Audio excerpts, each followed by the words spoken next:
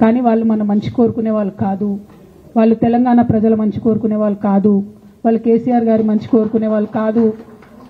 వాళ్ళను మీరు దూరం పెట్టి రాజకీయంగా తెలంగాణ రాష్ట్ర సమితిలో ఇప్పుడు బీఆర్ఎస్లో పనిచేస్తున్నటువంటి హార్డ్ కోర్ కార్యకర్తలను దగ్గరికి తీసుకొని ప్రజా ఉద్యమాలు తీసుకొని ప్రజల దగ్గరికి పోతేనే మన పార్టీ బతుకుంటుంది, నాన్న పేరు బాగుంటుంది. ఇవాళ నాన్నకు సిబిఐ అనేటటువంటిది వచ్చిందంటే అది కేవలం కేవలం కేవలం హరీష్ రావు గారు, సంతోష్ రావు గారి అవినీతి వల్లనే వచ్చిందని మళ్ళొకసారి నేను గంటాపదంగా చెప్తున్నాను. ఇంకా గమ్మత్ ఏంటంటే ఇదే హరీష్ రావు గారు వాళ్ళ ఫాలోవర్స్ అంతా నిన్నటి నుంచి చెప్తున్నారు, హరీష్ అన్న చాలా కష్టపడ్డాడు, డే 1 నుంచి ఉన్నాడు అని. డే 1 నుంచి లేడండి, చాలామంది రిపోర్టర్లకు తెలుసు, సీనియర్ రిపోర్టర్లకు. డే 1 నుంచి లేరు.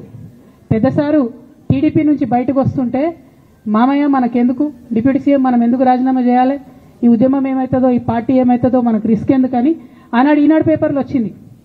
1.5 కోటి తీసుకొని వ్యాపారం చేసుకుందామని హరీష్ రావు గారు ఎక్కడికో పోయిందని కూడా వచ్చింది. కటింగ్ కోసం వెతికిన దొరికినప్పుడు ఎప్పుడో ట్వీట్ చేస్తుంది అన్నీ. బీఆర్ఎస్ పార్టీ ఆనాడు టీఆర్ఎస్ పార్టీ పెట్టినాక 9-10 నెలల తర్వాత వచ్చిన హరీష్ రావు గారు డే 1 నుంచి లేరు. నమ్మకం లేకుండా ఆయన పార్టీ నిలబడుతుందో ఉంటుందో పోతుందో అని. ఓకే అయిపోయింది, రాగానే సారు పెద్ద హృదయం కాబట్టి క్షమించిరు, దగ్గర తీసుకున్నారు, ఎమ్మెల్యే కాకముందే మంత్రి ఇచ్చిర్రు, అన్ని రకాలుగా ఆదరించిరు, అన్నీ చేసిండ్రు. ఎప్పుడైతే పార్టీకి ఒక్క క్షణం చెడ్డ పేరు వచ్చిందో ఎక్కడ పోయిండండి ఈయన? చక్కా పోయి వైఎస్ రాజశేఖర రెడ్డిని కలవలే? మీ అందరికి గుర్తులేదా ఆ ఫోటో? సీనియర్ నాయకులందరికీ బాగా మాట్లాడతారు, అన్ని దగ్గర ఉన్నా, నేనే ఉన్నా, నేను ఎక్కడ లేను. నిన్న పాపం చాలా మంది ఈ కొత్త కొత్త సోషల్ మీడియా పిల్లలు ఉన్నట్టు వాళ్ళకి హిస్టరీ తెలియదు అనుకుంటా, అందుకే చెప్తున్నా ఇవాళ. అదేవిధంగా నేను పెద్ద ట్రబుల్ షూటర్ అంటారు, ట్రబుల్ షూటర్ కాదు, ఈజ్ అ బబుల్ షూటర్.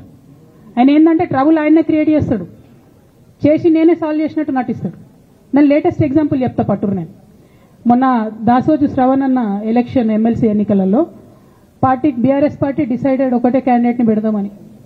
కానీ హరీష్ రావు గారు ఇంటర్నల్గా బీజేపీ వాళ్ళతో మాట్లాడుకొని ఏం చెప్తారంటే, మీ దగ్గర నుంచి ఒక క్యాండిడేట్ని ఇవ్వండి, నేను మామయ్యని కన్విన్స్ చేసి రెండో క్యాండిడేట్కి పెట్టిస్తా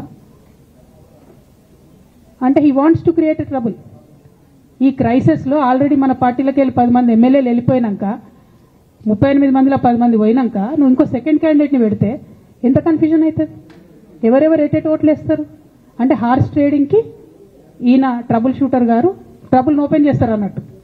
నాకెందుకో లక్కీగా ఒక బీజేపీ ఎమ్మెల్యే గారు ఫోన్ చేసి, అక్క మరి పెద్దసారి పర్మిషన్ ఉందా హరీష్ అని ఇట్లా అంటున్నారంటే, నేను డైరెక్ట్గా పెద్దసారికే ఫోన్ చేసి నాన్న మరి ఇట్లా అంటున్నారు, మనం సెకండ్ క్యాండిడేట్ పర్మిషన్ ఇస్తారంటే, nothing doing, only Shravan will get ఎత్తున్నా ఇవాళ అంటే హరీష్ రావు గారు ట్రబుల్ క్రియేట్ చేసి ట్రబుల్ని మాఫీ చేసినట్టుగా ప్రయత్నం చేస్తారు. బీఆర్ఎస్ కార్యకర్తలందరికీ నేను నా తమ్ముళ్ళకి రిక్వెస్ట్ చేసి చెప్తున్నా, మా చెల్లెలకు రిక్వెస్ట్ చేసి చెప్తున్నా, మీకు పెద్ద స్థాయిలో జరిగే అన్ని విషయాలు తెలియకుండా అందరూ మన వెల్ విషయస్ అనుకుంటారు. అది మీ తప్పు కాదు, ఎందుకంటే కేసీఆర్ సార్ అంత ఓపెన్ మైండ్తో ఓపెన్ హార్ట్తో ఉంటారు కాబట్టి బీఆర్ఎస్లో ఉన్న అందరూ అట్లే ఉంటారు అనుకుంటారు.